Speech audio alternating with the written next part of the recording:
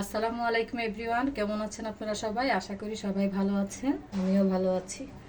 আজকে আমরা বাসায় খাবার জন্য কিছু গরুর মাংস রান্না করতেছি, তাই ভাবলাম আপনাদের সাথে ভিডিওটা শেয়ার করব।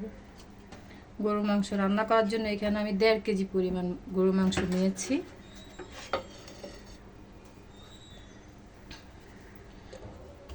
মাংসটার সাথে এই যে পরিমাণ মতো দিয়ে দিচ্ছি পেঁয়াজ বাটা, আদা বাটা, এটা রসুন বাটা,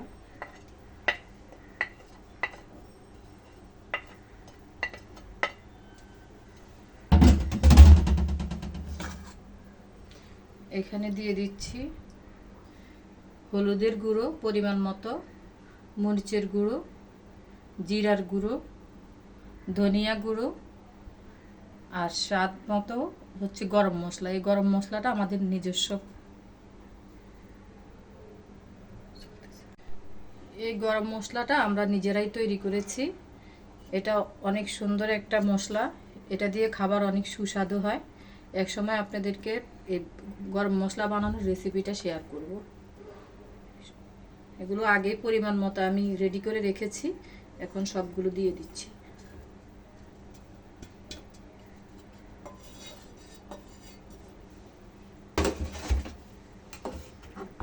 এবার দিয়ে দিচ্ছি পরিমাণ মতো লবণ,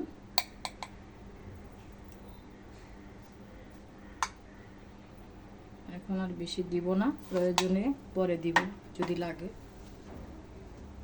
আর এখানে দিয়ে দিচ্ছি সরিষার তেল। আমরা তেল একটু কম খাই, তাই এখানে হাফ কাপের চেয়ে একটু বেশি সরিষার তেল দিয়েছি।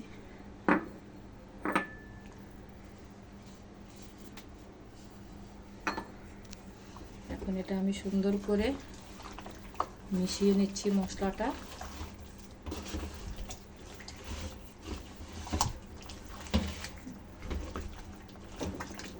পেঁয়াজ বাটাটা যদি দেওয়া হয় মাংসের মধ্যে, তাহলে মাংসটার ঝোল অনেক সুন্দর লাগে, দেখতেও সুন্দর লাগে, খেতেও অনেক সুস্বাদু হয়।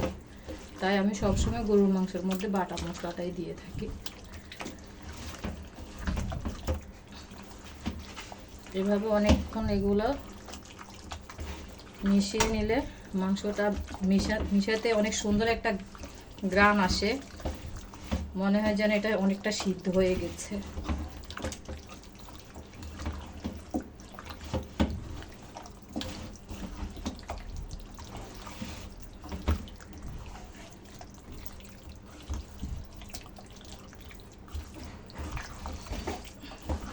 আপনারা যখনই এটা করবেন খুব ভালোভাবে মাংসটা এভাবে মশলার সাথে মিশিয়ে নেবেন। এটার সাথে আমি আলাদা আর কোনো মশলাই দিব না, যা দেওয়ার একসাথে দিয়ে দিয়েছি। আমি যেভাবে রান্না করতেছি আপনারা এইভাবে রান্না করে খেয়ে দেখবেন। খাওয়ার পরে বুঝতে পারবেন ইনশাল্লাহ আপনি হোটেল রেস্টুরেন্ট সবচেয়ে ওদের সবার চেয়ে আমার রান্নাটা আরও অনেক বেশি ভালো হবে ইনশাল্লাহ।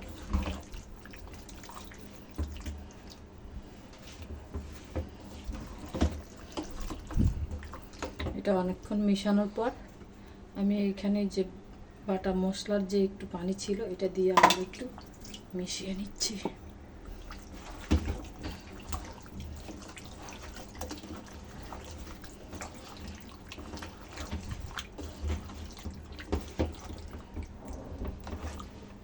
এখন এটা আমি 10 মিনিটের জন্য রেস্টে রেখে দিব। 10 মিনিট পরে আমি এটা চুলায় রান্নার জন্য রেখে দিব। 10 মিনিট পরে ফিরে আসলাম। ফিরে এসে গরুর মাংসটা দিয়ে দিচ্ছি প্রেসার কুকারে। গরুর মাংস সিদ্ধ হতে একটু বেশি টাইম লাগে, তাই প্রেসার কুকারে দিয়ে দিচ্ছি। আমি এটার মধ্যে যে পরিমাণ মশলা দিয়েছি আর একটু কম দিলেও সমস্যা হতো না, একটু বেশি দিয়েছি কারণ এটার মধ্যে আমি কিছু আলু দিব, কারণ আলুটা আমরা অনেক বেশি পছন্দ করি।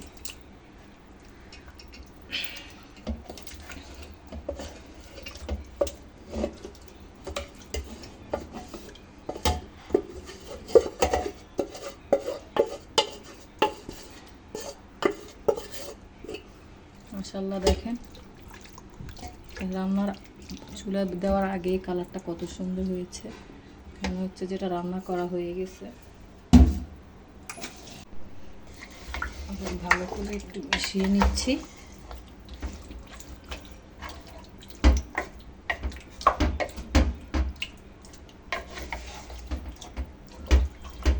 আমি এটার মধ্যে হালকা একটু পানি দিব, একদম হালকা, যাতে এটা চুলা দেওয়ার পরে নিচে লেগে না যায়, পোড়া না যায়। এভাবে হালকা একটু পানি দিয়ে দিচ্ছি।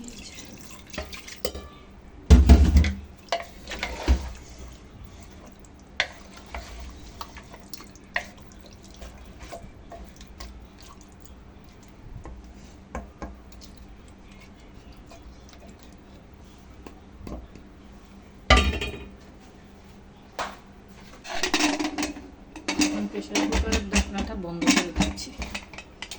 এটা আমি চুলায় দেওয়ার পরে 3টে সিসি দিব, কারণ আমরা অনেক নরম মাংস খেতে পছন্দ করি না, যাতে মাংসটা ঠিক মতো হয়। যেহেতু আলু দিব, আমি 3টে সিসি দিব। আর আপনারা যারা একটু বেশ আলু ছাড়া যদি খেতে চান, আপনাদের নিজের বুঝ মতো দিয়ে দিবেন সিসিটা। 3টে সিসি দেওয়ার পর আবার আপনাদেরকে খুলে দেখাবো কেমন হয়েছে। 3টে সিসি দেওয়ার পর আপনাদেরকে আবার খুলে দেখাবো মাংসটা কেমন হয়েছে।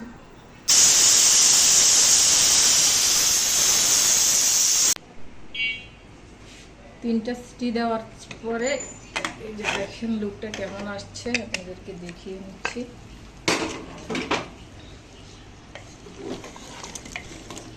মাংসটা তাজা ছিল তো, ফ্রিজের মাংস হলে আপনারা 4-5টা সিটিও দিতে পারেন। এখন আমি আলুটা দিয়ে দিচ্ছি। এই যে এখানে আমি 5টা আলু দিয়েছি।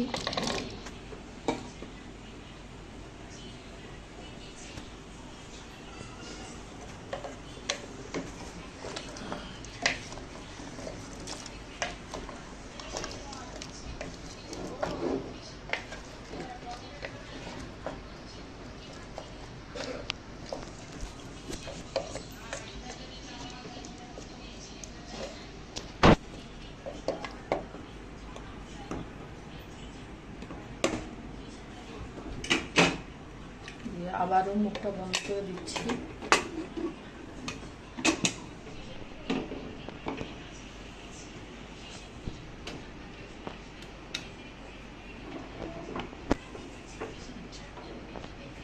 পরে যদি পানি লাগে একটু গরম পানি দিব আমি।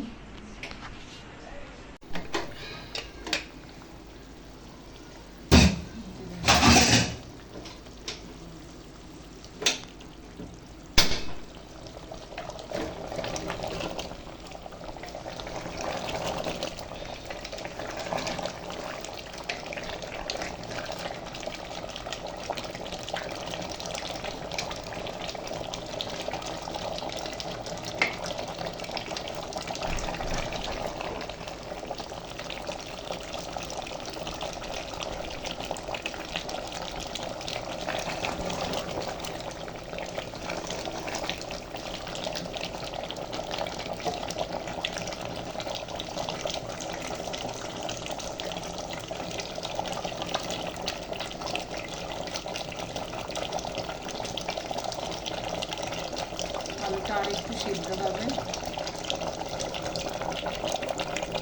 এখন আর আমি ঢাকনা দিব না, কারণ মাংসটার ভিতরে আরও ভালো করে মশলা দিতে হবে। আলুর ভিতরে যাতে লবণ ঢুকে ঠিক মতো। লবণটা দেখুন,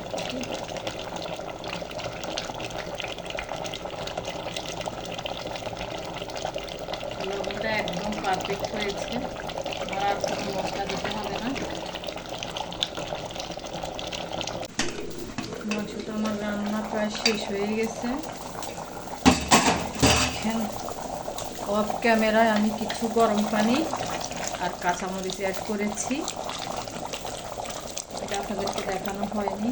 আমি একটু ঝোল ঝোল রাখতেছি, কারণ আমরা এটা ঝোলটা আলু দিয়েছি তো, ঝোলটা একটু বেশি পছন্দ করি। এই যে দেখেন,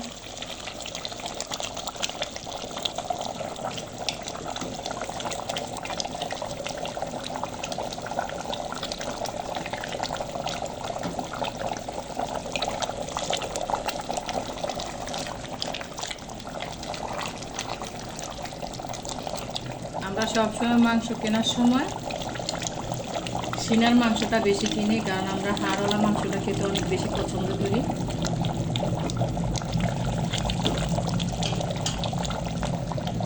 আমার রান্নাটা প্রায় শেষ হয়ে গেছে, আর 1 মিনিট পরেই চুলাটা বন্ধ করে দিব।